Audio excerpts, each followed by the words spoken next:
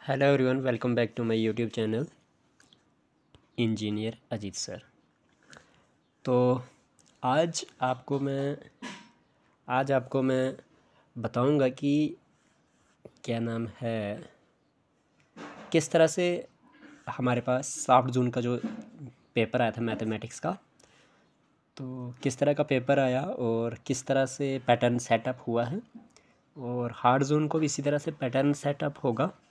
इसका ये मतलब नहीं होगा कि सेम आपके पास क्या बोलते हैं क्वेश्चन पेपर आएगा, जस्ट इस तरह से पूछा जाएगा। तो आपने क्या करना है, इनके रिलेटेड जो टॉपिक्स हैं वो उठा के करने हैं, ठीक है। जैसे कि आपके पास पहला क्वेश्चन आया था सेक्शन ए में। क्वेश्चन पहले पढ़ लीजिए पेपर, जैसे रोल नंबर आपका लिखा होगा, ठीक है। तो जैसे A3X ऐसे आपके पास सीरीज़ होंगी इसमें XYZ में, ठीक है, ABC या जो भी PQR जो भी सीरीज़ होगी। टोटल नंबर ऑफ़ क्वेश्चंस आपके 40 हैं और total number of printed pages जो है वो 15 हैं।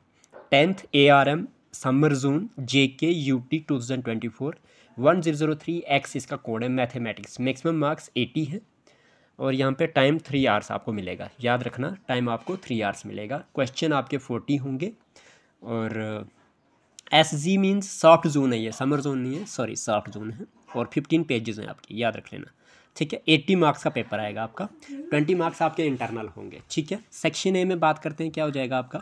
सेक्शन ए में आपके पास 1 मार्क्स ईच होगा, 1 ईच का होगा, ठीक है जी। Which of the following numbers is an irrational number, कहता है इनमें से कौन से नंबर जो हैं वो इरेशनल नंबर हैं। तो देखिए इरेशनल नंबर कौन से होते हैं, आपको पता है कि इरेशनल नंबर जो होते हैं हमारे पास वो सिंपली P/Q की फॉर्म में नॉट, ठीक है, नॉट इन P/Q फॉर्म, ठीक है जी। इस फॉर्म में जो नहीं होते हैं वो आप इरेशनल नंबर कहते हैं। उनको क्या कहते हैं, आप उनको इरेशनल नंबर कहते हैं, ठीक है जी। ओके। अब रैशनल नंबर में क्या होता है, रैशनल नंबर में P/Q की फॉर्म में होते हैं और वो डिवाइड भी इजीली हो जाएंगे। जो डिवाइड नहीं होंगे अच्छा, इरेशनल नंबर की ना मैं आपको कहीं ना कहीं एग्जांपल्स देता हूँ। जैसे आपका पाई है, इरेशनल नंबर है, आपका 0.666 कंटिन्यू चल रहा है, तो ये भी क्या है, ये भी इरेशनल नंबर है, ठीक है। और उसके बाद आपके पास इस तरह से और भी, जैसे √2 है, √3 है, √7 है, तो ये क्या है, ये इरेशनल नंबर्स हैं। अब यहाँ पे देखिए आपके पास चैप्टर नंबर 1 से ये क्वेश्चन उठाया गया है। तो इरेशनल नंबर 1.4 एक्सरसाइज है, ठीक है जी। तो कैसे है, देखिए आपके पास 0.101 ये कोई नंबर आपने डिवाइड करा होगा तो जिससे P/Q की शक्ल में होगा और 0.101 पे ख़त्म होगी इसकी डिवीजन। अब जैसे दूसरा है 0.1011, ये भी ख़त्म हो गया, नन ऑफ दीज तो ऑप्शन दिया हुआ है। जो बी पार्ट है ना, इसको बात करते हैं। ये क्या है, 0.20220 220 सो ऑन, मतलब ये कंटिन्यू इसकी डिवीजन चल रही है, ख़त्म नहीं हो रही है, और यही आपका इरेशनल नंबर है। और क्वेश्चन भी ध्यान से पढ़ लेना कि आपको पूछा क्या गया था, कि विच of the following numbers is an irrational number. तो इसका आंसर क्या हो जाएगा आपका हो जाएगा 0.2022022220 means B part. Next question की बात करते हैं। नेक्स्ट क्वेश्चन क्या है आपका, नेक्स्ट क्वेश्चन है आपका कि sum of zeros of polynomial 2x² minus 8x plus 6 is, ठीक है जी। तो आपने क्या करना है, आपने इसमें इसको निकालना है कि आपके पास सम ऑफ ज़ीरोज़ क्या होगा। तो सम ऑफ ज़ीरोज़ आप बड़े इजीली निकालते हैं, ठीक है। किस तरह से निकालते हैं मैं थोड़ा बहुत बता देता हूँ आपको, ठीक है। ये देखिए मैंने, जैसे कि इसमें सम ऑफ ज़ीरोज़ मतलब आपको क्या करना पड़ेगा, ये देखिए यहाँ पे आइए, 2x² माइनस 8x प्लस 6, यही क्वेश्चन था आपका। 2x² माइनस 8x प्लस 6, आपको पता है सम आपका -8x चाहिए और आपका प्रोडक्ट जो है वो 2x² इंटू 6 यानी कि 12x² चाहिए। तो आपने क्या कर दिया इसको, 2x² minus 6x minus 2x plus 6, because split term method से आपके पास ये हो गया, माइनस माइनस प्लस होता है, डिजिट प्लस हो जाएंगे, निशानी आपकी सेम माइनस की रहेगी। तो 6x माइनस 2x होगा 8x, तो 6 2 12, x² हो जाएगा ये प्लस का 12x²। फिर क्या हो जाएगा 2x इंटू एक्स माइनस 3, ये देखिए आपको 2x स्क्वायर चाहिए तो आपके पास इधर 6x चाहिए, तो आपने क्या कर दिया 2x कॉमन कर दिया, तो 2x इंटू एक्स करेंगे 2x स्क्वायर मिल जाएगा आपको, और माइनस 2x इंटू 3 करेंगे तो 6x हो जाएगा। फिर आपके पास आपको 2x माइनस 2x प्लस 6 चाहिए, तो x माइनस 3 जो इस ब्रैकेट में है वो इस ब्रैकेट में भी डाल दीजिए, तो आपके पास क्या हो जाएगा x है तो -2 इधर बाहर डाल दीजिए, तो -2 इंटू एक्स करेंगे तो -2x हो जाएगा जो आपको चाहिए था, प्लस 6 चाहिए तो माइनस माइनस प्लस होता है, 2 3 6 हो जाएगा। अब आपके पास इधर से सिंपली हम, बिकॉज हमें 1 मार्क्स का क्वेश्चन है तो इतना लंबा करने की ज़रूरत नहीं है, हम इसको सिंपल डायरेक्ट करेंगे। हमें यहाँ पे 0 मिल गया, एक 0 मिल गया आपके पास x माइनस 3 और दूसरा मिल गया 2x माइनस 2, तो x minus 3 equal to 0, 2x minus 2 equal to 0, तो x इक्वल टू प्लस का 3 हो जाएगा, और 2x इक्वल टू 2, तो x equal to 2/2 equal to x equal to 1, तो आपका एक x आ गया 3 और दूसरा x आ गया 1, तो सम निकालना था, सम क्या होता है दोनों 0 को ऐड कर दो, तो 3 प्लस 1 हो गया 4, तो आपके पास ऑप्शन सी जो है वो आंसर आ गया कि sum of zeros of the polynomial 2x square minus 8x plus 6 is C part 4 है। ठीक है जी। अब यहाँ पे देखना, ध्यान देना इस क्वेश्चन पे, इस क्वेश्चन पे ध्यान देने की बात क्या है। क्वेश्चन नंबर 3 है, the pair of linear equations 2x plus 3y minus 9 equal to 0 and 4x plus 6y minus 18 equal to 0, तो आर क्या होगा। देखिए आपके पास, आपको पता है एक शर्त होती है आपके पास, वो कौन सी शर्त होती है, वो आपने देखना होता है कि a1x plus b1y plus c1 equal to 0, a2x plus b2y plus c2 equal to 0, means ये इसके साथ आपने कंपेयर करना है इसको। जब इसके साथ आप कंपेयर करोगे तो आपको a1/a2 निकालना है, b1/b2 निकालना है और c1/c2 निकालना है। ठीक है जी। तो इसी कंडीशन में आपने बड़े ईजिली कर देना इसको। देखिए 2x और 4x, ठीक है जी, तो a1/a2 क्या हो जाएगा 2/4 इक्वल टू 1/2 हो जाएगा, b1/b2 क्या हो जाएगा 3/6 यानी कि 1/2 हो जाएगा, c1/c2 क्या हो जाएगा 9/18 यानी कि माइनस 19 9/-18, यह माइनस माइनस कैंसिल हो जाएगा तो 1/2 आ जाएगा। तो कोइंसिडेंट हो जाएगा ये आंसर। क्यों? क्योंकि जब आपके पास कंडीशन है कि a1/a2 equal to b1/b2 equal to c1/c2, जब सारे के सारे इक्वल हो तो आपके पास कोइंसिडेंट लाइंस होती हैं। ठीक है जी, तो कोइंसिडेंट हो जाएगा जी। Option number A is correct. Okay जी, क्वेश्चन नंबर 3 का आपके पास option number A is correct. अब आपके पास 35th term of AP 21 18 15 so on is, 35th term निकालनी है आपने, तो 35th टर्म का मतलब क्या हो गया कि A35 निकालोगे आप। क्या निकालोगे? A35 निकालोगे। तो A35 निकालने के लिए आपको क्या करना है, आपने एक सिंपल फार्मूला यहाँ पे लगाना है। वो लगाना आपने कौन सा, वो लगाना आपने AN is equal to A plus N minus 1 into D। तो जहाँ पे आप क्या करोगे, आप इसको कैलकुलेट करोगे, A35 is equal to A की वैल्यू आपके पास 1 आ जाएगी, प्लस N की वैल्यू आपके पास 35 आ जाएगी, माइनस 1 इंटू D की वैल्यू आपके पास 1 नहीं आएगी। A आपके पास यहाँ पे देख लीजिए, A आपका पास 21 है। ठीक है, ओके। और D आपका क्या है, D होता है A2 माइनस A1। A2 है आपका 18 और A1 है आपका 21, तो 18 माइनस 21 करोगे तो माइनस का 3 आ जाएगा, तो माइनस का 3 कर दोगे। जब इसको सॉल्व करोगे आप, ये पूरा का पूरा आप इसको सॉल्व करोगे तो आपके पास A35 जो है वो आपके पास माइनस का 81 आ जाएगा। ठीक है, उम्मीद करता हूँ ये समझ आ चुका होगा आपको।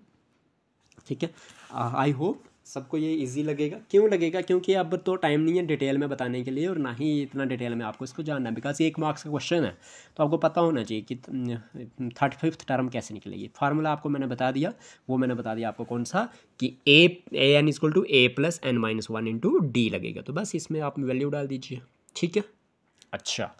अब आपके पास लिखा हुआ है cos 30 degree is equal to, cos 30 degree equal to किसके बराबर होगा, कास का, सॉरी कास नहीं है, काट है, काट 30 डिग्री इज इक्वल टू, आपको पता है काट 30 जो होता है वो √3 होता है। ठीक है जी, और काट का उलट होता है आपके पास, ऑपोजिट जो है काट का वो है tan, तो cot 30 is equal to tan 60 degree होता है, याद रख लेना। ठीक है, ये आपको पता भी होगा, ये बेसिक कंसेप्ट है, बेसिक कंसेप्ट से ही आपके पास ये 1 मार्क्स के पूछे जाते हैं।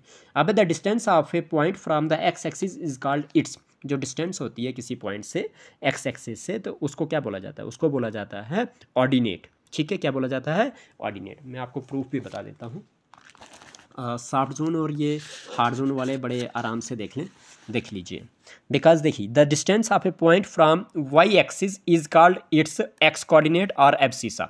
जो वाई एक्सिस से डिस्टेंस होगी ना, मतलब वाई एक्सिस से एक पॉइंट की, ठीक है, एक पॉइंट की वाई एक्सिस से जो डिस्टेंस होगी उसको एक्स कोऑर्डिनेट बोलेंगे या फिर एब्सिसा बोलेंगे। और जो हमें क्वेश्चन पूछा गया है वो पूछा गया हमें कि the distance of a point from the x axis, क्या बोला गया है, एक्स एक्सिस। ठीक है जी, तो एक्स एक्सिस देखते हैं, तो एक्स एक्सिस से क्या होगा, the distance of a point from the x axis is called its y coordinate और ऑर्डिनेट। तो यहाँ से ये क्वेश्चन पूछा गया था, तो ऑर्डिनेट आ गया जी आपके पास। क्या गया आंसर इसका, ऑर्डिनेट। उम्मीद करता हूँ ये चीज़ें भी समझ आ चुकी होगी आपको। अभी बात करते हैं HCF of 7 and 28। HCF of 7 and 28 करोगे आप तो वो आएगा आपके पास 7। ठीक है, उम्मीद करता हूँ ये भी सबको पता हो कि 7 and 28 का HCF कैसे निकालना है आपने। तो 7 and 28 कैसे निकालेंगे, या तो आप सिंपली कर दो या शॉर्टकट मेथड कर दीजिए। ये वाला 7 and 28 तो डिवाइड कर दीजिए आप इस तरह से इसको। ठीक है, तो क्या हो जाएगा, 7 4 से 28, रिमाइंडर क्या बचा, 0। तो जब रिमाइंडर 0 आ जाए तो उस केस में जो आपका डिवाइज़र होता है वही HCF होता है। तो देयरफॉर आपके पास HCF जो है किसका, HCF ऑफ 7 and 28 इज़ 7। ठीक है जी, ये चीज़ आ गई जी आपके पास। HCF का पता चल गया, चल HCF आ गया 7, सी पार्ट इसका आंसर। अभी बात करते हैं आपके पास the probability that it will rain tomorrow is 0.85। What is the probability that it will not rain tomorrow. देखिए प्रोबेबिलिटी आपके पास दी हुई है कि रेन होने की, कल बारिश होगी, उसकी दी हुई है 0.85। आपको प्रोबेबिलिटी बतानी है कि वो कल बारिश नहीं होगी। तो मीन्स अब आपको पता है एक फार्मूला होता है, कौन सा, probability of event P of E plus P of not E is equal to 1। Means probability जो है वो 1 के बराबर आती है। ठीक है, और क्या करोगे फिर, प्रोबेबिलिटी ऑफ 0.85 माइनस करनी पड़ेगी आपको प्रोबेबिलिटी ऑफ नॉट ई की। तो वो कितनी हो जाएगी, वो हो जाएगी आपके पास ये कहीं ना कहीं 0.85 है। ठीक है, प्लस ये प्रोबेबिलिटी ऑफ नॉट ई है। ठीक है, इक्वल टू 1 हो जाएगा। तो probability of not E is equal to 1 minus 0.85 कर दोगे तो probability of not E is equal to आपके पास आ जाएगी 0.15। ठीक है, तो ये आ जाएगी। और जो आपके ऑप्शन में यहाँ पे कहीं पे नहीं है 15, 25 है, 145 है, 0.05 है, तो नन ऑफ दीज आपका इस क्वेश्चन का आंसर हो गया। ठीक है जी, उम्मीद करता हूँ सबको पता चल गया होगा। ठीक है, अब क्वेश्चन नंबर 9 में बात करते हैं। तो volume of cone is, volume of cone क्या है, वॉल्यूम ऑफ कोन आपके पास 1/3 pi R square H. Volume of cone क्या आपका 1/3 पाई आर स्क्वायर एच। कैसे, आपको पता है कि ये आपका सिलेंडर होता है। ठीक है, ये आपका सिलेंडर होता है और सिलेंडर का ही आपका मैं बोलूँ तो थर्ड पार्ट जो है वो कहीं ना कहीं कोन है। ठीक है, क्या है, कोन। ठीक है, तो सिलेंडर का जो वॉल्यूम होता है, सिलेंडर का जो वॉल्यूम होता है, जैसे सिलेंडर का volume, volume of cylinder, volume of cylinder. ठीक है, वो किसके बराबर होता है, वो होता है आपके पास जैसे कि आप देखोगे सिलेंडर का वॉल्यूम जो है वो होता है एरिया इंटू लेंथ, है ना। वॉल्यूम क्या होता है, एरिया इंटू लेंथ। एरिया क्या हो गया, पाई आर का स्क्वायर, और लेंथ क्या है इसकी, एच है।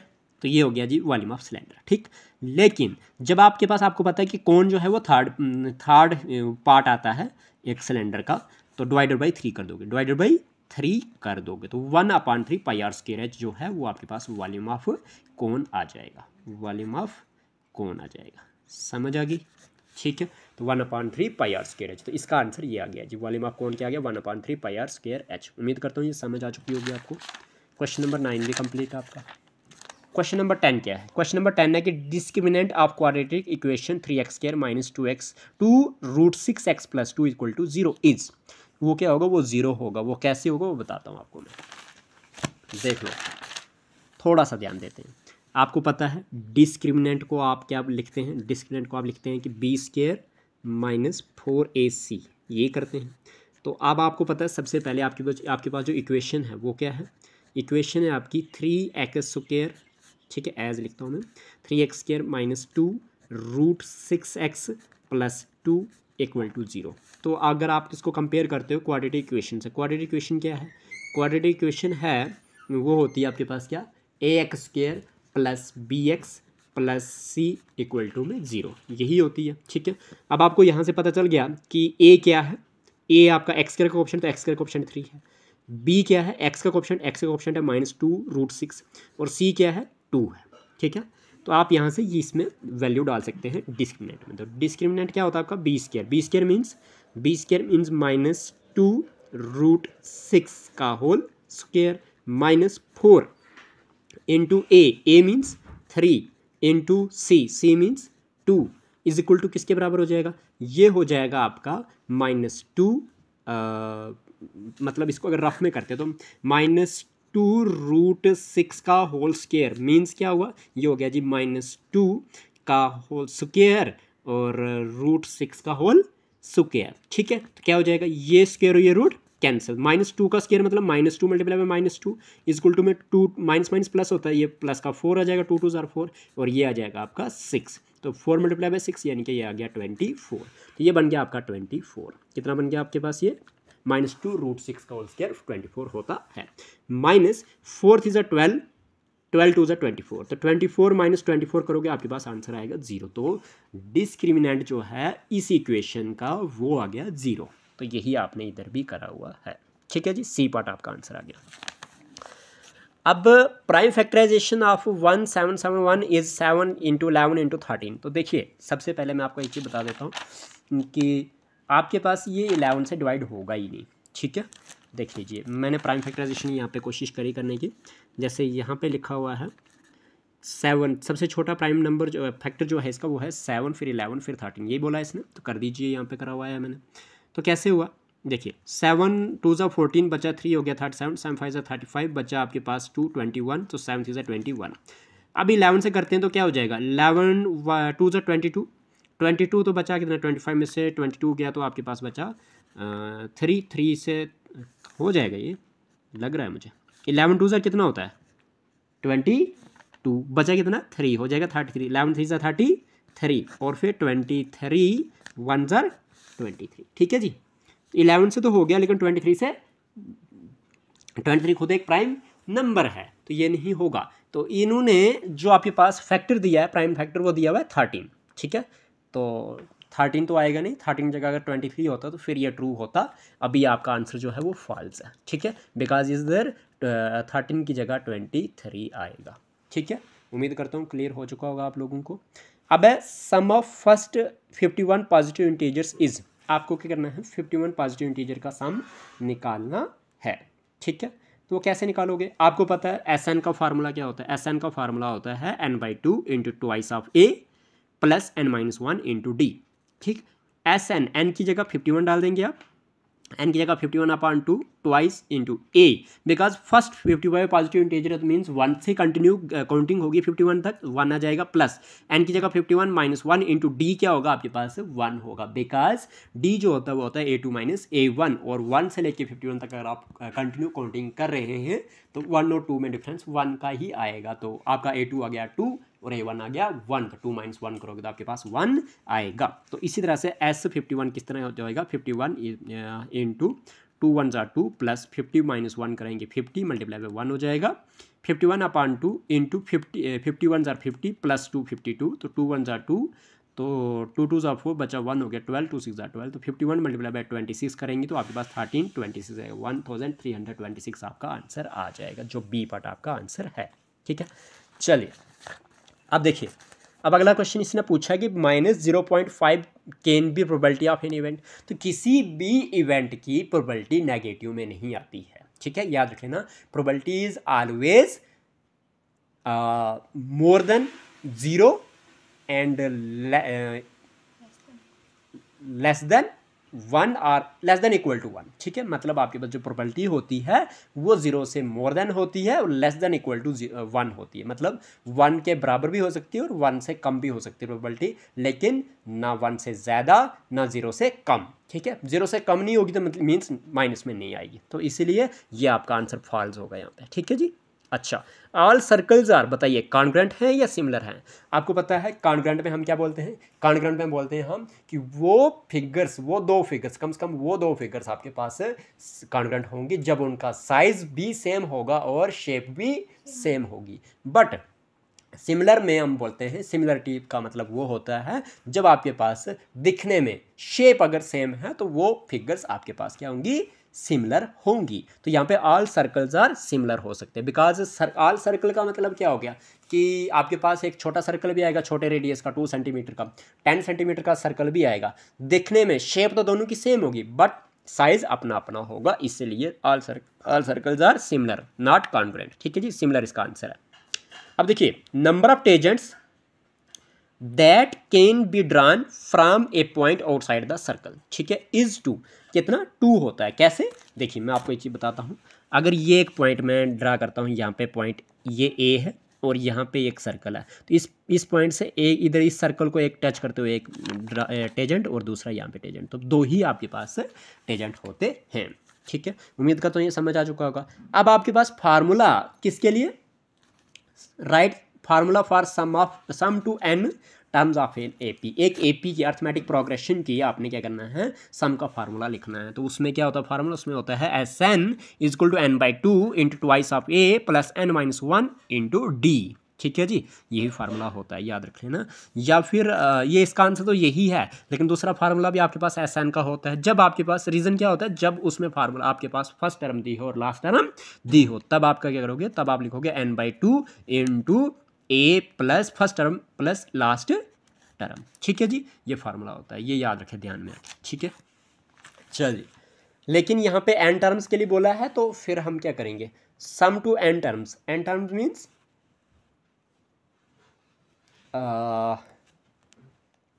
n टर्म, ठीक है, लास्ट टर्म दी है यहाँ पे, मीन्स n टर्म में तो लास्ट टर्म दी हुई है। ठीक है, आप कोई भी फार्मूला लिख दो, आर में लिख देना चलेगा। ठीक है, बिकॉज यहाँ पे कंसेप्ट क्लियर नहीं कि आपको लास्ट टर्म दिए नहीं दिए, तो लास्ट टर्म नहीं दिए तो अच्छा जी, अब क्या हो जाएगा? ये हो गया, ये भी कर दिया। अब बोलता है कि x equal to 0 y equal to 2 is the solution of equation y equal to y minus 2x equal to -2। तो इसको चेक करना आपने इसको सिंपली क्या करना है? सिंपली आप इस क्वेश्चन को अगर करेंगे तो आप यहाँ पे जाएं और सिंपली आपको पता है इक्वेशन क्या दी हुई? इक्वेशन दी हुई है आपके पास y minus 2x equal to में -2। आपको बोला कि ट्रू है या फॉल्स है। जब आपके पास क्या होगा? x की वैल्यू, जब आपके पास x की वैल्यू जो होगी वो 0 होगी और y की वैल्यू क्या होगी? 2 होगी। तो आपने क्या करना है? y की जगह 2 डाल देना है, -2 इंटू एक्स की जगह आप 0 डाल दोगे, इक्वल टू में -2 बोल रहा है, ये कर दो। बोला देखो क्या बनता है, 2 आ जाएगा, -2 0 आ जाएगा, इक्वल टू में -2। इसका मतलब ये हो जाएगा आपके पास के 2 -0 करोगे 2 आ जाएगा, इक्वल टू में -2। तो क्या ये बराबर है? नहीं है। तो देयरफॉर आप लिखोगे कि लेफ्ट हैंड साइड जो है नॉट इक्वल है किसके? राइट हैंड साइड के। तो इसलिए आपका ये स्टेटमेंट क्या हो गया? फॉल्स हो गया जी। क्या हो गया? फॉल्स हो गया। ये इक्वेशन, ये सोल्यूशन नहीं है जी, एक्स और वाई के सोल्यूशन नहीं है। ठीक है, चलिए जी, अब क्या है? The value of cos A exceeds 1। Value of cos A आपके पास वैल्यू ऑफ cos A जो है बोलता है एक्सीड्स करती है 1 के। किसके? 1 के। तो 1 के एक्सीड्स का मतलब क्या हो गया?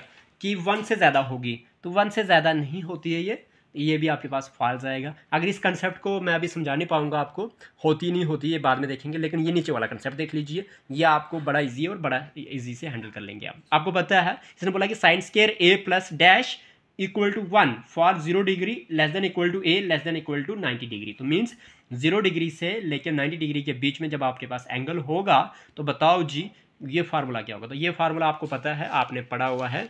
क्या पढ़ा आपने? आपने पढ़ा है कि sine square theta plus cos square theta equal to 1 के बराबर होता है। तो अब थीटा की जगह यहाँ पे a दिया हो तो आपने क्या करना है? Sine square a plus cos square a लिख दोगे, तो आपके पास ये आंसर निकल जाएगा। तो मीन्स आपने कास स्क्वायर a डालना यहाँ पे। अब आपके पास लिखा हुआ है कि calculate mean of first 6 prime numbers. पहले 6 प्राइम नंबर्स का आपने मीन निकालना। मीन क्या होता है? Sum of observations divided by total number of observations, यही तो चीज़ होती है मीन। तो क्या करेंगे हम? इसको सिंपली इस तरह से कर देंगे।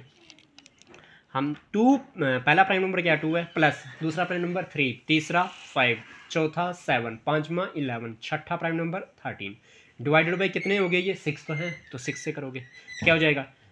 2 + 3 5, 5 + 5 10, 10 + 7 17, 17 + 11 आपके पास हो जाएगा 17 हो गया ना, तो 17 प्लस 11 हो गया आपका 28, 28 प्लस 10 हो गया आपका 38, 38 प्लस 3 हो गया 41, 41/6 आ गया आपका आंसर। ठीक है जी, तो उम्मीद करता हूँ ये चीज़ समझ आ चुकी होगी कि 41/6 आ गया इसका मीन। अब right the formula for class mark of A grouper data. जब आपके पास एक ग्रुपर डेटा होता है तो उसके लिए फार्मूला लिखना आपने क्लास मार्क का, वो होता है, आप इसको एक्स डैश भी लिखते हैं या एक्स भी लिखते हैं, वो तो बाद में देखा जाएगा, लेकिन फार्मूला क्या होता है, वो होता है class mark is equal to upper class limit plus lower class limit divided by 2। ठीक है, ये चीज़ आपने याद रखनी है। अगला क्वेश्चन मोस्ट इंपॉर्टेंट जो आपको बेसिक कंसेप्ट में देखना है वो है कि if mean is equal to 15.6, median is equal to 15.73, then mode is equal to, बताइए मोड क्या होगा। तो इसके लिए आपके पास एक कंसेप्ट है, वो होता है 3 मीडियन, मीडियन के 3 equal to mode plus 2 mean, means 3 plus 3 into median. Median की वैल्यू क्या आपके पास, मीडियन की वैल्यू है आपके पास 15.73, लिख दिया आपने। जब आपने ये चीज़ लिख दी तो इक्वल टू क्या हो जाएगा, मोड प्लस 2 इंटू मीन की वैल्यू आपके पास कितनी है, मीन की वैल्यू 15.6, तो 15.6 लगा दी। तो आपने 3 मल्टीप्लाई बाई 15.73 किया तो आपके पास आया 47.19 is equal to mode plus 2 into 15.6 करेंगे तो आपके पास 31.2 आ जाएगा। तो मोड इज इक्वल टू हो जाएगा आपका, मोड इक्वल टू में मिल रहा है 47.19 लिख दिया, प्लस का 31.2 इस साइड जाके माइनस का 31.2 आ जाएगा, मोड इज इक्वल टू हो जाएगा, जब इसको डिफरेंस कर दोगे तो 15.99 आपका आंसर आ जाएगा। उम्मीद करता हूँ कि आपको सेक्शन ए कंप्लीट हो गया। 20 क्वेश्चन करे हमने अभी इधर तक, और ये मैंने आपको डिटेल में बता दिया जो आपको मोस्ट इंपॉर्टेंट है। ठीक है, अभी एक और क्वेश्चन है जो 21 है, मैं करूँगा नहीं इसको पूरा, मैं इसको जस्ट आपको बताऊँगा किस तरह से करना है। ठीक है, जैसे कि आपको क्वेश्चन नंबर 20 से करते हैं। ठीक है, क्वेश्चन नंबर 21 बोला है solve the pair of linear equations 3x minus 5y minus 4 is equal to 0 and 9x equal to 2y plus 7 by substitution method। Question बड़ा घुमा के है। ठीक है, थोड़ा सा इसको सीधा करते हैं। आपके पास गिवन, ठीक है, आप लिखोगे given pair of linear equations. ठीक है जी, तो क्या है आपका इक्वेशन क्या है, 3x minus 5y minus 4 equal to में 0, यही है। ठीक है, एंड क्या दिया हुआ आपका, एंड दिया हुआ है आपके पास 9x इज इक्वल टू में 2y प्लस 7। देखिए एक चीज़ ध्यान में रख लीजिए कि जब तक हमने 1 मार्क्स के क्वेश्चन करे तो उसमें 1 मार्क्स के क्वेश्चन थे सारे के सारे। अब सेक्शन ए खत्म होगी, सेक्शन बी करने जा रहे हैं। तो सेक्शन बी में हमारे पास क्या है, सेक्शन बी में हमारे पास है कि 2 मार्क्स 2 ईच होगा, मतलब हर एक क्वेश्चन जो है 2-2 नंबर का मिलेगा आपको। ठीक है, देखिए करते हैं अब इसको कैसे करना है। तो ये सॉल्यूशन करने जा रहा हूँ मैं। ठीक है, ध्यान से देखना। अब आप क्या करोगे इसमें आप देखोगे कि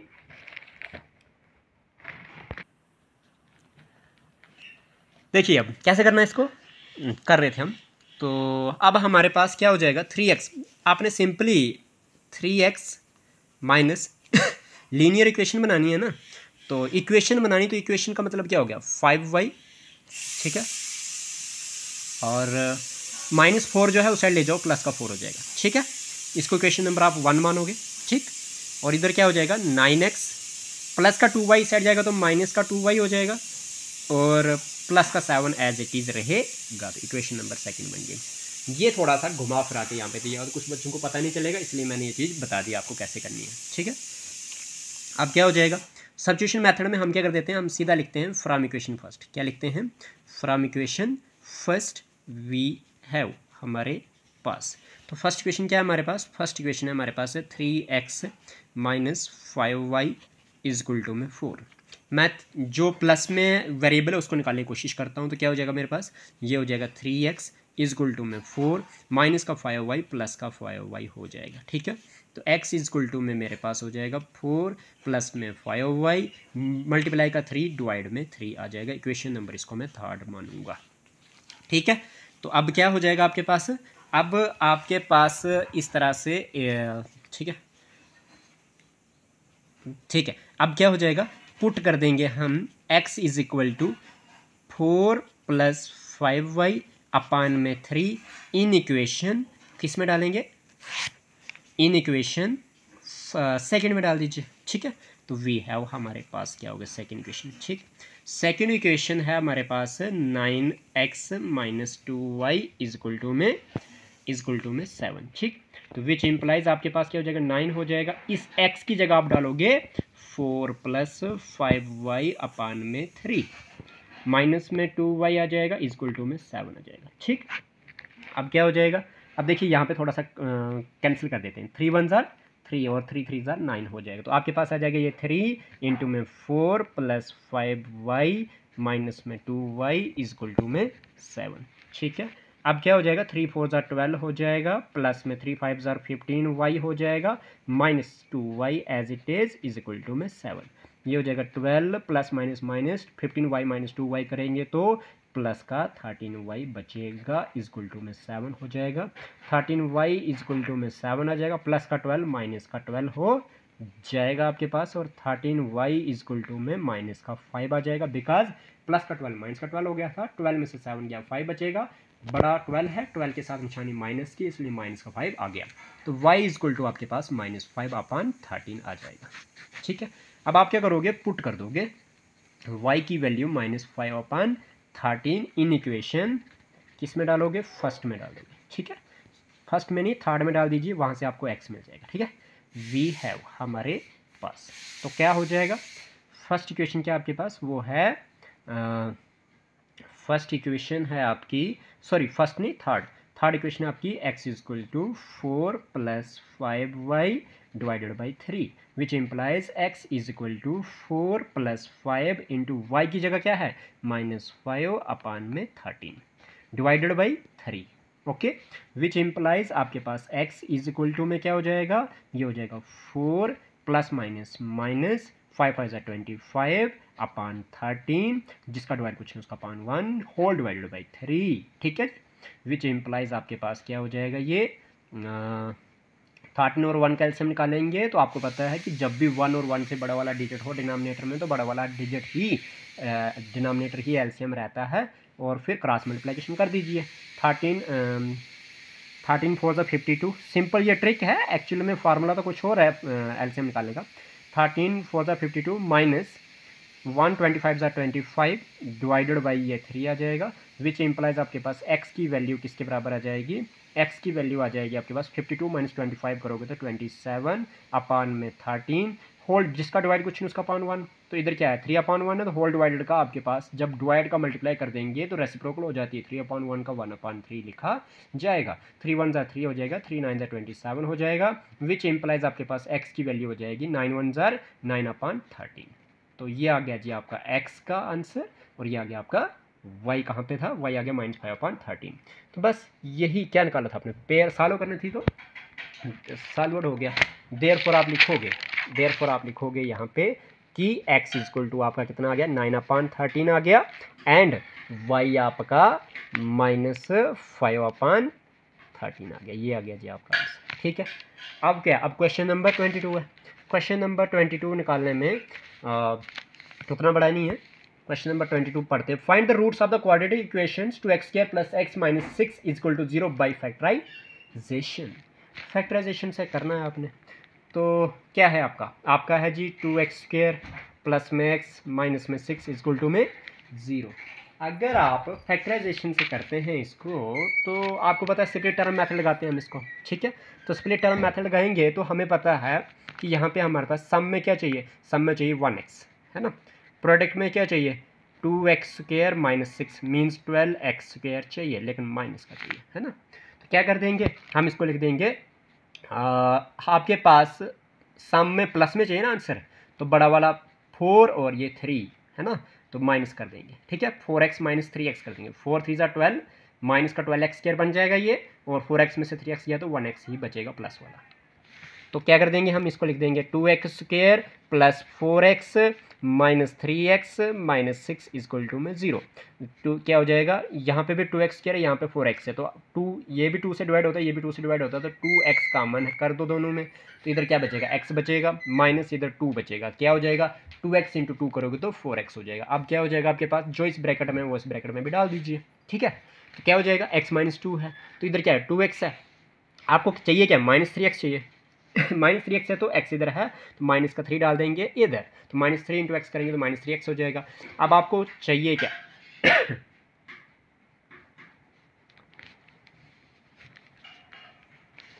इधर गलत तो नहीं किया हमने, हमारे पास 2x² + 4x था, तो हमारे पास इधर से मैंने 2x दोनों में कॉमन आता है, बिकॉज 2x से ये 2 से ये भी डिवाइड होगा, 2 से ये भी डिवाइड होगा, यहाँ पे x दोनों में तो x भी कॉमन कर दिया, 2x इंटू एक्स क्या रहेगा, 2x² हो जाएगा।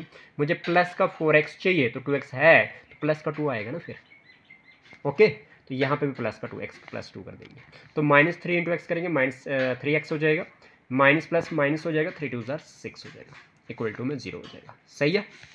अब क्या हो जाएगा आपके पास, ये हो जाएगा आपके पास जो ब्रैकेट के अंदर है वो है x + 2, जो ब्रैकेट के बाहर है वो आ जाएगा आपके पास 2x - 3 इक्वल टू में 0, विच इम्प्लाइज आपके पास x + 2 इक्वल टू में 0, r आपके पास 2x - 3 इक्वल टू में 0, विच इम्प्लाइज आपके पास x इक्वल टू में -2, r आपके पास 2x इक्वल टू में प्लस का 3, विच इम्प्लाइज आपके पास x इक्वल टू में -2, r आपके पास x इक्वल टू में 3/2।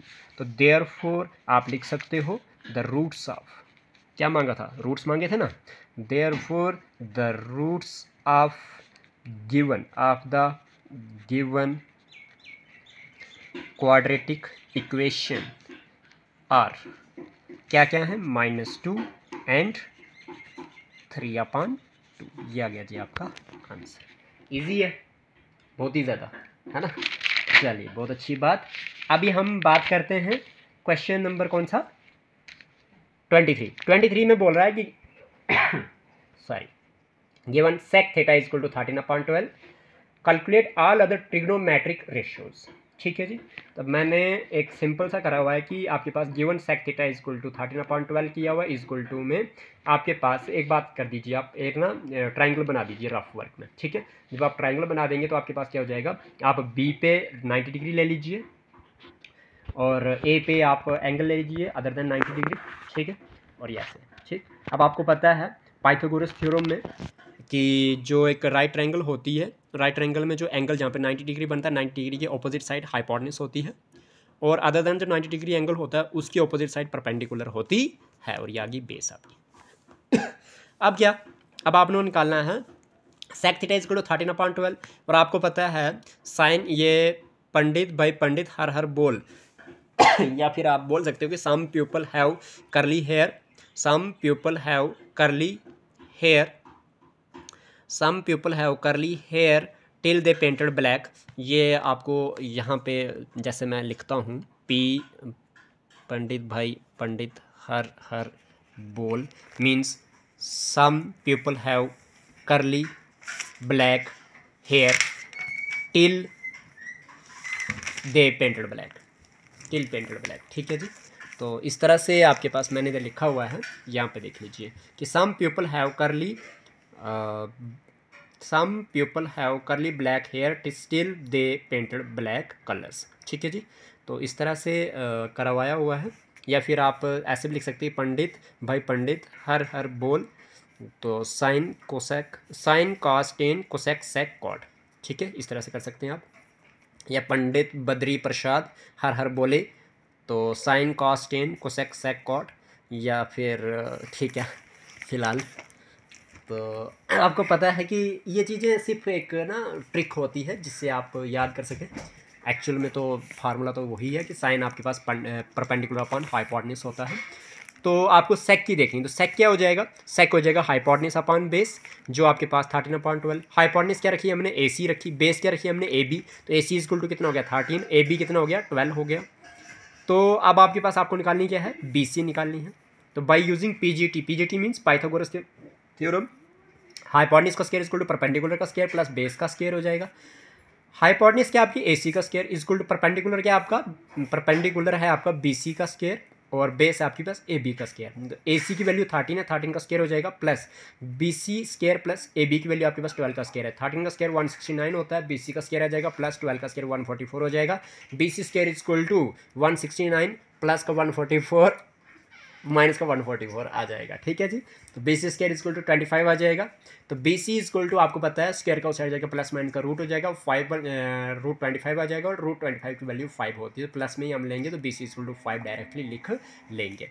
अब आपको ऑल अदर ट्रिग्नोमेट्रिक रेशियो निकालने थे, तो साइन थीटा निकालेंगे। तो साइन थीटा क्या होता है? Perpendicular upon hypotenuse. परपेंडिकुलर आपका बी सी अपॉन हाइपोटेन्यूज आपकी ए सी है, तो 5/13 हो गया। कास थीटा निकालना है तो बेस अपॉन हाइपोटेन्यूज होती है, 12/13 आ जाएगी।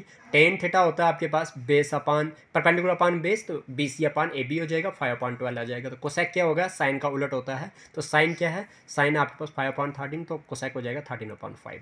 काट क्या होगा? टेन का उलट, टेन क्या है? 5/12, तो काट हो जाएगा 12/5। तो सारे ट्रिग्नोमेट्रिक रेशियोज निकल गए हमारे पास। अब है क्वेश्चन नंबर आपका 24। देखिए 40 क्वेश्चंस हैं आपके पास, तो लगभग हम थोड़े बहुत करेंगे आज, फिर उसके बाद देखते हैं। Find the volume of sphere of radius 3 centimetre. एक स्फेयर है जिसका रेडियस 3 सेंटीमीटर, उसका आपने वॉल्यूम निकालना है। बड़ा इजी है। Radius r equal to 3 centimetre, volume क्या होता है स्फेयर का? वो तो 4/3 पाई आर क्यूब। ठीक है। और 4/3 इंटू पाई की वैल्यू 22/7 इंटू आर, रेडियस आपका 3 है तो 3 का क्यूब, तो 4/3 इंटू 22/7 इंटू 3 का क्यूब मीन्स 3 इंटू 3 इंटू 3, ये 3 कैंसिल हो जाएगा। आपके पास आ जाएगा 4 इंटू 22 88 होता है, मल्टीप्लाई बाय 3 3 9, 88 मल्टीप्लाई बाय 9 किया तो आपके पास आ जाएगा 792 डिवाइडेड बाई 7 सेंटीमीटर का क्यूब। ठीक है जी। अभी अगला क्वेश्चन जो है आपके पास 24 का आर। 24 का आ रहा है आपके पास, calculate the curved surface area of cylinder of radius 2 centimetre and height 7 centimetre. आपके पास रेडियस 2 सेंटीमीटर दिया है सिलेंडर का और हाइट आपके पास सिलेंडर की 7 सेंटीमीटर। आपको निकालना है C S A. C S A means curved surface area cylinder का। तो देखिए रेडियस आपके पास 2 सेंटीमीटर, हाइट आपकी 7 centimetre. C S A curved surface area of cylinder क्या होता है? जिसमें ना टॉप होता ना बॉटम होता है। तो आपके पास क्या हो जाएगा? ये हो जाएगा 2πRH। ठीक है। तो ये क्या होता है? 2πRH में आपके पास होता है 2 इंटू 22 इंटू रेडियस आपका 2 है इंटू एच आ गया 7। ठीक है। तो क्या हो जाएगा आपके पास? ये हो जाएगा ये 7 कैंसिल, 2 इंटू 22 हो गया 44, 44 इंटू 2 हो गया 88, तो 88 सेंटीमीटर का स्क्वायर आ गया आपका कर्वर्ड सरफेस एरिया ऑफ सिलेंडर। ठीक है जी। उम्मीद करता हूँ आपको ये समझ आ चुकी होगी। क्वेश्चन नंबर अब आपके पास से 25 करते हैं। बोलते हैं find the values of y for which distance between points P 2-3 and Q 10y is 10 units. कितने यूनिट्स? 10 यूनिट्स। तो इसको करते हैं जी। कैसे करेंगे कि आपको बोला गया है कि आपको वैल्यू निकालनी है y की। ठीक है। y की वैल्यू निकालनी है जिसमें डिस्टेंस जो होगा पॉइंट्स के बीच में P और 2-3 और क्या बोलते हैं 10y जो है वो 10 यूनिट है, तो उस तरह से निकालना आपने। तो सिंपली हम क्या कर देंगे, गिवन आपके पास p आ गया 2-3, q आ गया 10y by using distance formula. P Q आपको पता है डिस्टेंस फार्मूला क्या होता है? वो होता है कोई भी दो पॉइंट है उनके बीच में डिस्टेंस का वैल्यू होती है x2 - x1 का whole square plus y2 - y1 का होल स्क्वायर। तो कैसे करेंगे? अकॉर्डिंग टू क्वेश्चन ने बोला कि इनके बीच में जो डिस्टेंस है वो आपके पास 10 के बराबर है, तो मैंने क्या किया डिस्टेंस का फार्मूला डाल दिया, फिर उसके बाद इसको 10 के बराबर कर दिया। तो x2 क्या आपका? x2 आपका 10 है माइनस x1 आपका 2 है का होल स्क्वायर प्लस y2 क्या आपका y है माइनस y1 क्या आपका माइनस का 3 है, इक्वल टू में 10 आ जाएगा। 10 - 2 करोगे तो 8 होगा, 8 का स्क्वायर हो गया प्लस y आ जाएगा माइनस माइनस प्लस आ जाएगा, 3 का होल स्क्वायर इक्वल टू में 10 आ जाएगा। ये हो जाएगा 8 का स्क्वायर प्लस y प्लस 3 का होल स्क्वायर, ये जो रूट उस साइड जाके स्क्वायर बन जाएगा, 10 का स्क्वायर हो जाएगा। ये हो जाएगा 64, y 8 का स्क्वायर 64 होता है प्लस y प्लस 3 का होल स्क्वायर इक्वल टू में 10 का स्क्वायर 100 आ जाएगा, y प्लस 3 का होल स्क्वायर इक्वल टू आपके पास 100 आ जाएगा, प्लस का 64 माइनस का 64 आ जाएगा। तो विच इम्प्लाइज y प्लस 3 का होल स्क्वायर इक्वल टू में आपके पास 100 - 64 करोगे तो 36 आ जाता है। तो y plus 3 equal two plus minus में रूट 36 हो जाएगा, बिकॉज स्क्वायर उस साइड जाके प्लस माइनस का रूट हो जाता है। जब ये कर दिया आपने तो आपके पास y प्लस 3 इक्वल टू 36 का रूट होता है 6, तो प्लस माइनस 6 आ जाएगा। y equal two plus minus 6 minus 3 आ जाएगा, बिकॉज प्लस का 3 उस साइड जाके माइनस का 3 हो जाएगा। फिर उसके बाद y इक्वल टू या तो 6 माइनस 3 होगा और y equal to minus 6 minus 3 होगा। एक बार 6 को प्लस में लेंगे, एक बार 6 को माइनस में लेंगे, बिकॉज आप रूट की जगह, रूट के वजह से। y इक्वल टू आपके पास 6 - 3 करेंगे 3 आ जाएगा, y इक्वल टू आपके पास -6 - 3 -9 आ जाएगा। ठीक है जी। तो ये आ गया आपके पास। ठीक, 26 क्वेश्चन हमारे कंप्लीट हो गए। अभी हम बात करते हैं अब ये हमारा एक और क्वेश्चन है, वो है कि check whether 5 - 2 6 4 and 7 - 2 are the vertices of an isosceles triangle. ठीक है जी, ध्यान से देखना इस क्वेश्चन को। और अगर आइसोलेस ट्राइंगल को आपने चेक करना है कि वो आइसोलेस ट्राइंगल है या नहीं है, तो आपको क्या पता होना चाहिए? आपको पता होना चाहिए कि एक आइसोलेस ट्राइंगल जो होती है उसमें दो साइड्स की लेंथ जो होती है वो सेम होती है और तीसरी साइड की लेंथ सेम नहीं होती है। ठीक है जी, तो आपके पास इसको बात करेंगे हम। ये वाला दूसरा क्वेश्चन है मेरे ख्याल से, है ना?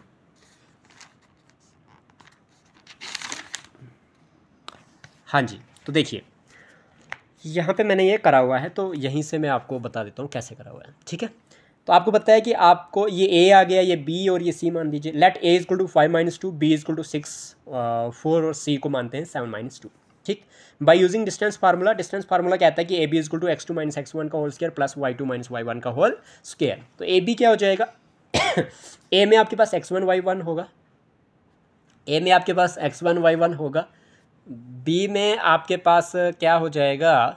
बी में आपके पास बी में आपके पास हो जाएगा x2 y2। ठीक है जी, तो चलिए आपका x2 जो है वो 6 है, माइनस x1 जो है वो 5 है का होल स्क्वायर प्लस y2 जो है आपका वो 4 है माइनस फार्मूले का, और y1 जो है वो माइनस का 2 है। ठीक है, का होल स्क्वायर 6 - 5 करोगे 1 का स्क्वायर हो जाएगा, प्लस 4 माइनस माइनस प्लस 2 का होल स्क्वायर हो जाएगा, 1 का स्क्वायर 1 आ जाएगा, प्लस 4 + 2 6 का स्क्वायर हो जाएगा, 1 + 6 का स्क्वायर 36 हो जाता है, तो 1 + 6 हो गया, 1 + 36 = 37। तो ए बी = √37 हो जाएगा। अब आप निकालेंगे बी सी। बी सी में x1 y1 ये आ गया और सी में आपके पास x2 y2 ये आ गया।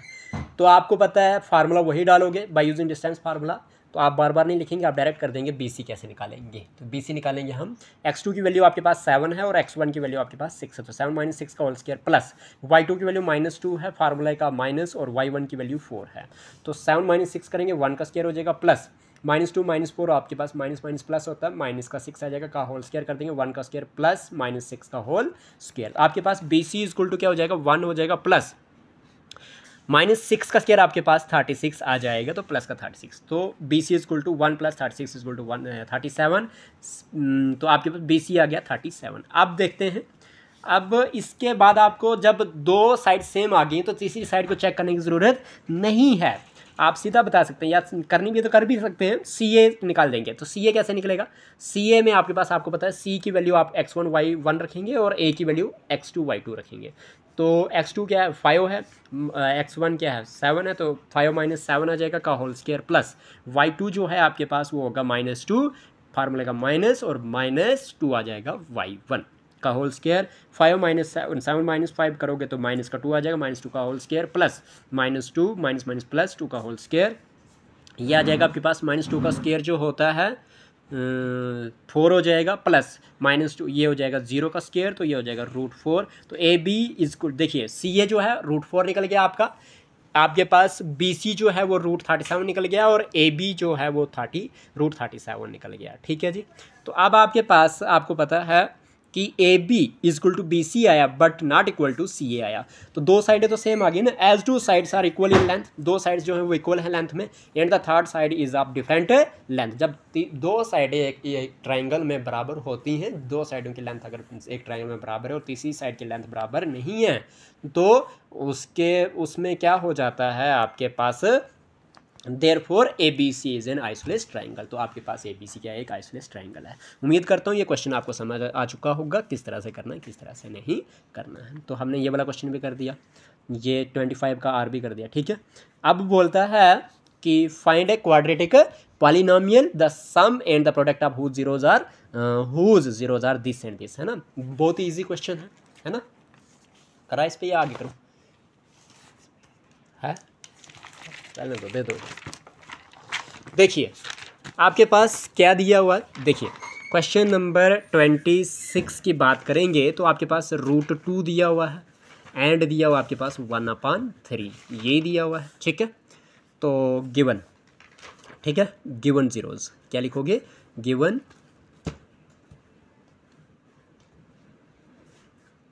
है आपके पास, है ना? तो आप लिखोगे सॉल्यूशन में, आपको पता है कि ये हो जाएगा आपके पास alpha plus beta, alpha plus beta. पहले लेट कर देंगे, let the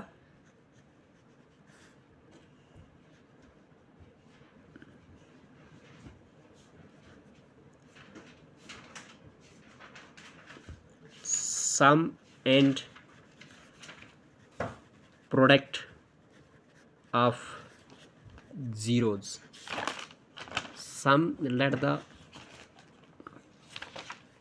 sum and product of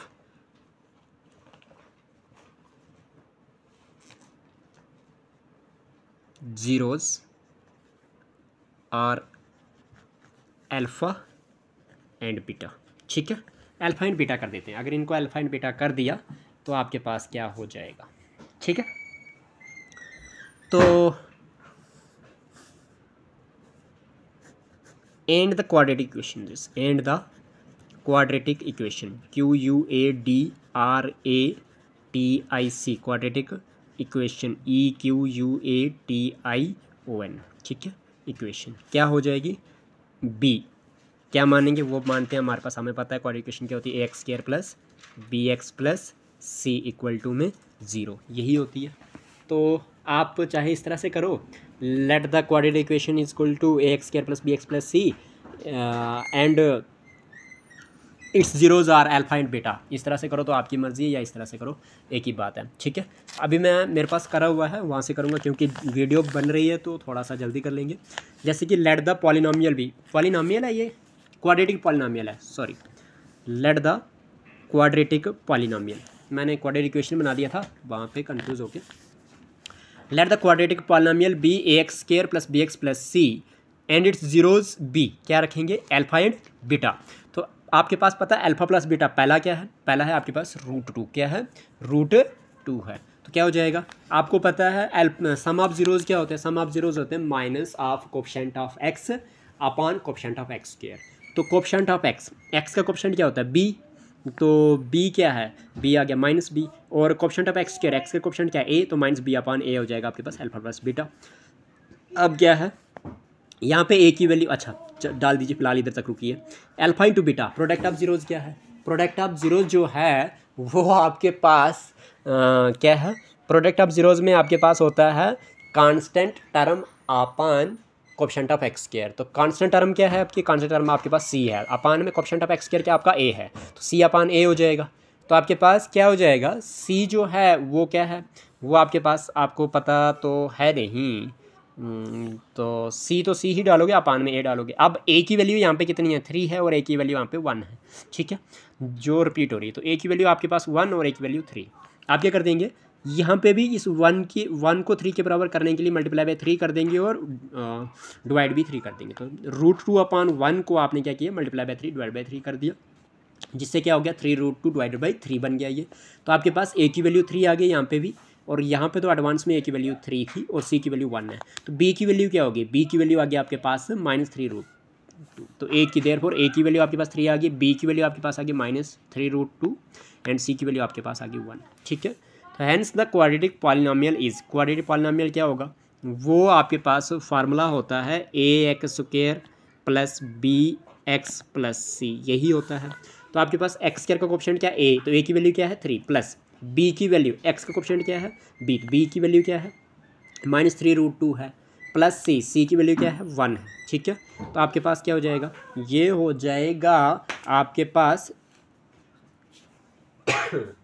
ये हो जाएगा आपके पास 3x² प्लस -3√2x प्लस 1, ये आ गया आपका आंसर। ठीक है जी, तो 2 नंबर का क्वेश्चन था, बड़े इजली से कंसेप्ट समझ है। ठीक है, चलिए, तो इसके बाद सेक्शन सी, हमारी सेक्शन ए और सेक्शन बी ख़त्म हो गई है।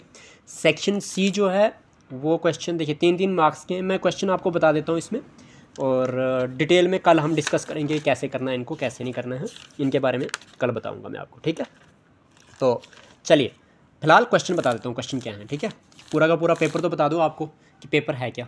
ठीक है, पेपर है आपका कि सेक्शन सी बाद में करेंगे डिस्कस, पहले मैं आपको पेपर तो पीछे से करवाता आया हूँ, सेक्शन सी देख लेता हूँ। Find the coordinates of points which divide the line segment joining a -2 and b 2 8 into 4 equal parts. 4 equal parts में आपके पास a और b को अगर ये डिवाइड करता है। ठीक है, तो आपने कोऑर्डिनेट्स निकालने हैं। ठीक है, ओके। उसके बाद find the area of a quadrant of a circle whose circumference is 22 centimetre. ये भी एक क्वेश्चन आया हो आपके पास। फिर एक और क्वेश्चन आया हो आपके पास कि prove that the opposite sides of a quadrilateral circumscribing a circle subtend supplementary angles at the centre of the circle. ये भी प्रूव करना आपने। फिर एक इसके आर में आया 29 के आर में आया two tangents T P and T Q are drawn to a circle with centre O from an external point T. Prove that angle P T Q is equal to twice of angle O P Q. ये भी आपको draw करना है, ठीक है जी। फिर इस question number 30 आया हुआ है कि E is a point on the side A D produced of a parallelogram A B C D and B intersect C D at F. Show that triangle A B E similar to triangle C F B, ठीक है जी। The diagonal of a quadrilateral ABCD intersect each other at the point O such that AO upon BO is equal to CO upon DO. Show that ABCD is the trapezium. तो ABCD आपके पास trapezium आपने ये show करवानी है। Prove that 6 + √2 is irrational. आपने ये prove करना है 32 क्वेश्चन में। और 33 क्वेश्चन में आपके पास an A P consist of 50 terms of which third term is 12 and last term is 106। कहता है एक ए पी है जिसमें 50 टर्म्स है, थर्ड टर्म आपकी 12 है और लास्ट टर्म आपके पास 106 है। तो फाइंड करनी है आपने 29th टर्म, ठीक है। 33 का आर दिया हुआ है find the sum of first 15 multiples of 8। First 15 multiples of 8 का आपने सामने निकालना है, ठीक है। तो बहुत ही मज़ेदार और इजी क्वेश्चन पेपर है।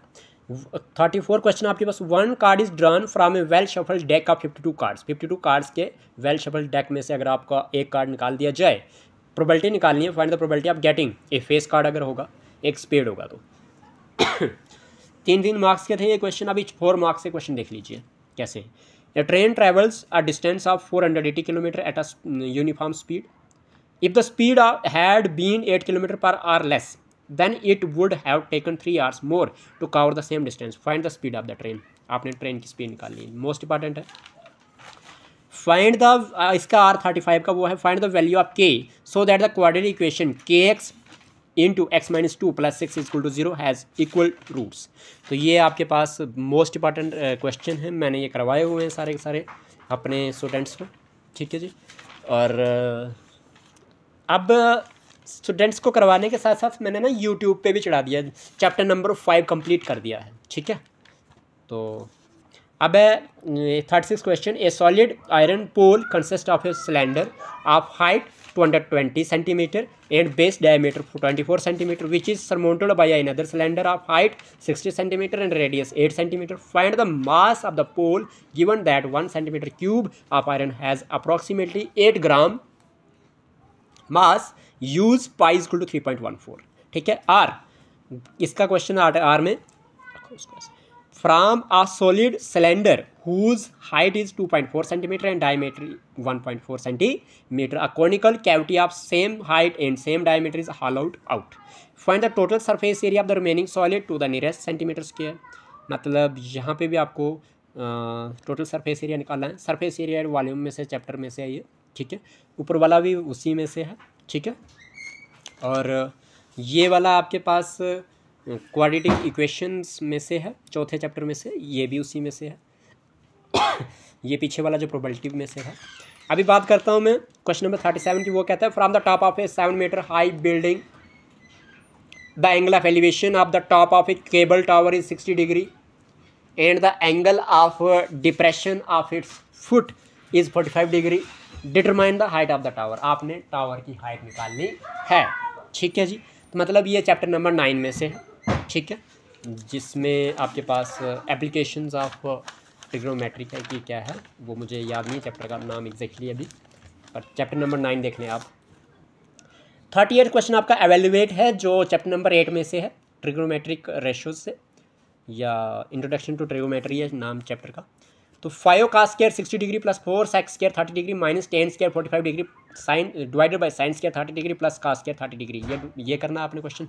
या आर कहता है प्रूव द आइडेंटिटी, जो 8.4 एक्सरसाइज है आपके पास, शायद कि 8.5 है, उसमें से क्वेश्चन चढ़ा है कि sine theta - 2 sine cube theta upon 2 cos cube theta minus cos theta equal to tan theta, ठीक है जी। फिर उसके बाद क्वेश्चन नंबर 39 है कि if a line intersect side A B and A C of a triangle A B C at D and E respectively and is parallel to B C, prove that A D upon A B is equal to A E upon A C. 39 का ये जो है ये आपके पास कहीं ना कहीं geometry का पोर्शन है। और R a vertical pole of length 6 metre casts a shadow 4 metre long on the ground and at the same time a tower casts a shadow 28 metre long, find the height of the tower. ये chapter number आपके पास 9 में से है, ठीक है जी। उसके बाद आप 40 क्वेश्चन जो लास्ट क्वेश्चन है इस पेपर का, ठीक है, वो ये है कि ये है आपके पास स्टैटिस्टिक्स से, ठीक है जी। If the median of the distribution given below is 28.5, find the value of x and y. आपको बस मीडियन दिया हुआ है, एक्स एंड वाई की वैल्यू निकालनी है आपने। क्लास इंटरवल आपके पास दिया हुआ है और फ्रीक्वेंसी दी हुई है। 0 to 10 जो क्लास इंटरवल है उसका 5 फ्रीक्वेंसी है, 10 to 20 की एक्स है, 20 से 30 20 है, 30 से 40 15 है और 40 से 50 वाई है, 50 से 60 5 है। टोटल आपके पास 60 हो रहा है, तो इसकी आपने निकालनी है जी एक्स और वाई की वैल्यू। उम्मीद करता हूँ आपको ये पेपर जो है पता चल गया होगा किस तरह का पेपर है किस तरह का नहीं है, ठीक है। मैंने एक एक सेक्शन भी तक कर लिया है। अभी मैं सेक्शन कौन सा क्वेश्चन करेंगे, एक और क्वेश्चन कर लेते हैं जो मुझे लगता है कि आपके दिमाग में अभी चढ़ जाएगा, जो है आपका ये वाला सेक्शन डी का 35th क्वेश्चन करेंगे अभी। सेक्शन डी का 35th क्वेश्चन, ठीक है। सेक्शन डी का 35th क्वेश्चन क्या कहता है कि एक ट्रेन है जो ट्रैवल करती है at a distance of 480 kilometre at a uniform speed. If कहता है if the speed had been 8 kilometre per hour less than it would have taken 3 hours more to cover the same distance, find the speed of the train. ठीक है जी, देखिए किस तरह से करेंगे। कहता है let the speed of the train is equal to x kilometre per hour रख देते हैं। डिस्टेंस जो है 480 किलोमीटर है। टाइम टू ट्रैवल कितना टाइम लगेगा ट्रैवल करने के लिए 480 किलोमीटर की डिस्टेंस को, वो लगेगा। आपको पता है टाइम क्या होता है आपके पास, वो होता है डिस्टेंस अपॉन स्पीड, ठीक है। तो आपके पास ये आ गया जी, डिस्टेंस आ गई 480 और स्पीड आ गई एक्स, ठीक है। तो ये निकल गया आवर्स में टाइम। अकॉर्डिंग टू क्वेश्चन इसने बोला कि स्पीड जो है वो ट्रेन की 8 किलोमीटर पर आवर लेस हो रही है। Means let the speed of a train is equal to x minus 8 kilometre per hour हो जाएगी। और therefore the time to travel 480 kilometre is equal to 480 plus x पहले था, ठीक है, 480 पॉइंट एक्स था। इसमें 3 hours मोर लगेंगे, मीन्स +3 कर देंगे, ठीक है। डिस्टेंस किसके बराबर होती है, स्पीड इंटू टाइम होती है। तो स्पीड डिस्टेंस कितनी है 480 है, इक्वल टू स्पीड आपके पास x माइनस 8 है, इंटू टाइम आपके पास 480 अपॉन एक्स प्लस 3 है, ठीक है। अब इसको करेंगे तो क्या हो जाएगा आपके पास, ये हो जाएगा आप क्या कर देंगे, आप इसको सिंपली इस x को मल्टीप्लाई कर देंगे 480 अपॉन एक्स प्लस 3 के साथ, और फिर -8 को भी मल्टीप्लाई कर देंगे 480 अपॉन एक्स प्लस 3 के साथ, ठीक है। तो वही किया, x plus 480 upon x plus 3 -8 into 480 upon x plus 3 is equal to में 480 हो जाएगा। 480 एक्स प्लस 3x माइनस, देखिए 4x यहाँ पे आपके पास क्या हो जाएगा, जब आप इसको करोगे तो आपके पास क्या बनेगा देखते हैं। थोड़ी सी गड़बड़ी लग रही है। तो आपके पास क्या हो जाएगा, x इंटू 480 अपॉन एक्स के साथ करोगे तो 480 आ जाएगा, x और x कट हो जाएगा, x इंटू 3 करेंगे 3x हो जाएगा, माइनस 8 इंटू 480 करेंगे तो 3840 आ जाएगा, मल्टीप्लाई करके डिवाइड बाई x आ जाएगा, minus plus minus 8 3 24 equal to 480 आ जाएगा। फिर आप क्या कर देंगे, इस सब का एलसीएम निकाल देंगे तो आपके पास x आ जाएगा। x इंटू 1 करेंगे, देखिए जिसका पावन उसका पावन 1 आ जाता है, तो x इंटू 1 करेंगे तो आपके पास x आ जाएगा, x इंटू 480 करेंगे 480 x आ जाएगा, x इंटू 1 करेंगे 1 आ जाएगा, x आ जाएगा, x इंटू 3x स्क्वायर हो जाएगा, माइनस x इंटू x करेंगे 1 इंटू 3840 हो जाएगा, माइनस आपके पास x इंटू 1 करेंगे तो आपके पास x आएगा, x इंटू 24 करेंगे 24x आ जाएगा, इक्वल टू 480 आ जाएगा, ठीक है जी। फिर आपके पास 480x माइनस 24x करेंगे तो 456x आ जाएगा, प्लस 3x क्या आ जाएगा, माइनस 3840 आ जाएगा, अपान में x इक्वल टू 480 आ जाएगा। 456x plus 3x square minus 3840 equal to 480x, because cross multiplication करेंगे जब आप इसको, तो जिसका पान उसका पान 1, तो बाई CM लिखते हैं, बाई CM लिखते हैं। क्या हो जाएगा 456x माइनस 456 प्लस का 480x माइनस 480x आ जाएगा, plus 3x square minus 3840 equal to में 0 आ जाएगा। ये आ जाएगा आपके पास, जब इसको डिफरेंस करोगे -4 24x आ जाएगा, प्लस का 3x² आ जाएगा, -3840 आ जाएगा, इक्वल टू में 0। तो 3x² प्लस का माइनस का 24x -3840, ठीक है जी, डिवाइड इक्वल टू में 0 आ जाएगा। तो इसको डिवाइड कर देंगे 3 के साथ, dividing by 3 on both sides we have. तो 3x² divide by 3 -24x divide by 3 -3840 divide by 3 equal to 0/3। तो ये हो जाएगा आपके पास 3 ये 3 कैंसिल, तो x के रह जाएगा 3 1 3 3 8 24 और 3 1 3 और ये कहीं ना कहीं 1280 आ जाएगा डिवाइड करके। तो आपके पास आ गया x² -8x -1280 इक्वल टू 0। तो आपको निकालना क्या था, आपको निकालना था कि speed of the train, speed of the train कैसे निकलेगी, ठीक है। तो इसके बाद इन्होंने करा नहीं है तो मैं कर देता हूँ, ठीक है, मैं कर देता हूँ, मुझे अच्छा चलिए, क्योंकि स्पीड ऑफ द ट्रेन निकालनी थी तो फिर आपके पास क्या हो जाएगा, ये हो जाएगा x, देखिए आपके पास था x² माइनस का 8x माइनस का 1280, ठीक है, इक्वल टू में 0 है। अब आपको करना क्या है, यहाँ पे सम जो है वो माइनस का 8x चाहिए आपको, प्रोडक्ट जो है वो आपको -1280 चाहिए, ठीक है, यही चाहिए।